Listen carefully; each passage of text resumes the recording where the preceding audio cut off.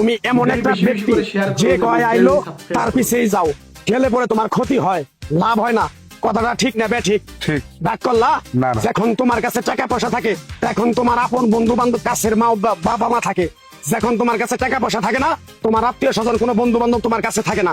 কথাটা ঠিক না বে ঠিক? ঠিক। রাগ করলা? না, না। এই কথাগুলো আগে পিছনে কোনদিন বলছিলা? না। তুমি মানুষের পিছনে যায় হাজার হাজার টাকা পয়সা নষ্ট করো, তোমার পিছনে এসে কেউ 10টা টাকা ক্ষতি করে না। কথাটা ঠিক না বে ঠিক? ঠিক, ঠিক। আরেকবার কও বিসমিল্লাহ, বিসমিল্লাহ। আরেকবার কও সুবহানাল্লাহ। সুবহানাল্লাহ। বিশ্বাসে বস্তু মিলে তর্কে বহুদূর।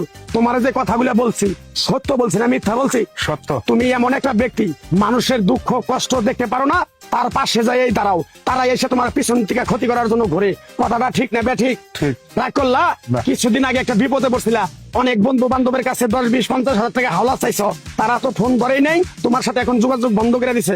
কথাটা ঠিক না বে ঠিক? ঠিক, ঠিক। রাগ করলা? না, না।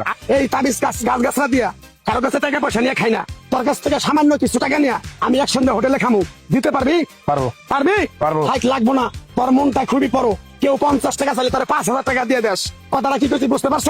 জি। আরেকবার কবি বিসমিল্লাহ। বিসমিল্লাহ। বিসমিল্লাহ বলার সাথে সাথে তুই আমারে 500 টাকা দিবি, তোর এক টুকরা গাছ দিয়ে যাবো। এই গাছটা তুই নিয়ম কারণ মাইনা ব্যবহার করবি, আল্লাহ তোরে মুক্তি করবো। কথাটা কি তুই বুঝতে পারছ? জি। আরেকবার কবি বিসমিল্লাহ। বিসমিল্লাহ। তোরে